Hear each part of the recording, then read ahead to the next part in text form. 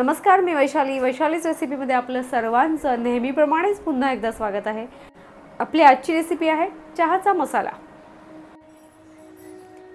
आता आपण पाहणार आहोत चहा मसाला करण्यासाठी लागणारं साहित्य। इथे मी सुंठ घेतलेली आहे। सुंठपेक्षा कमी प्रमाणात वेलची घेतलेली आहे। वेलचीपेक्षा कमी प्रमाणात काळी मिरी घेतलेली आहे। काळी मिरीपेक्षा कमी प्रमाणात दालचिनी घेतलेली आहे आणि दालचिनीपेक्षा कमी प्रमाणात लवंग घेतलेली आहे। जायफळ देखील घेतलेला आहे। सर्वात आधी आपण जायफळ आणि सुंठ खलबत्त्यामध्ये छान कुटून घेणार आहोत।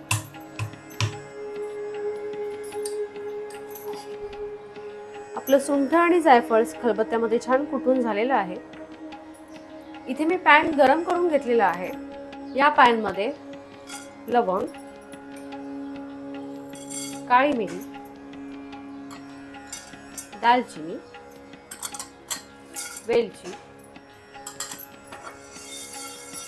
हे सर्व छान गरम करून घ्यायचं।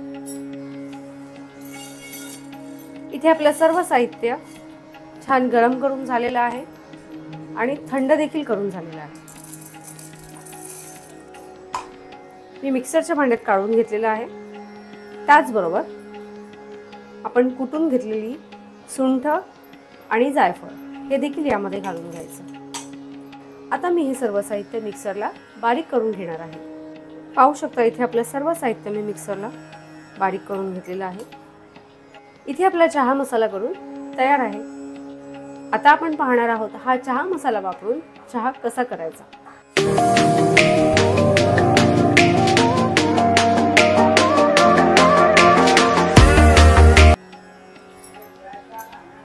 आता आपण इथे 2 कप चहा करणार आहोत।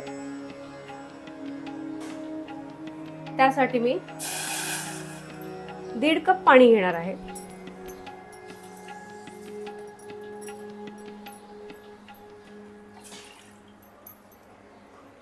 पाण्याला उकळी आल्यावर मी यामध्ये 1.5 चमचा चहा पावडर घालून घेणार आहे।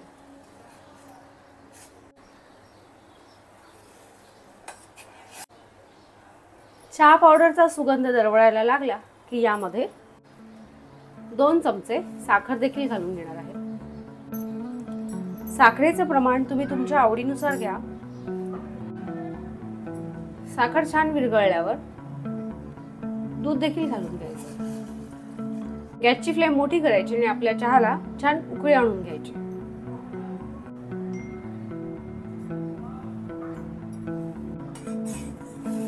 पाहू शकता इथे आपला चहा छान उकळलेला आहे। इथे आपल्या चहाला छान उकळी देखील आलेली आहे।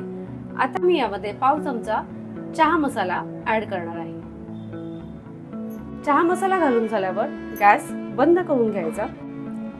इथे आपला चहा करून तयार आहे।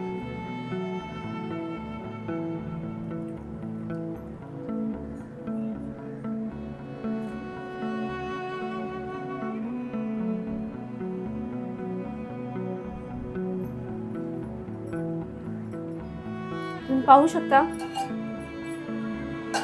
आपला चहा इथे परफेक्ट 2 कप झालेला आहे। आपण केलेला चहा मसाला वापरून आपला चहा देखील पिण्यासाठी तयार आहे।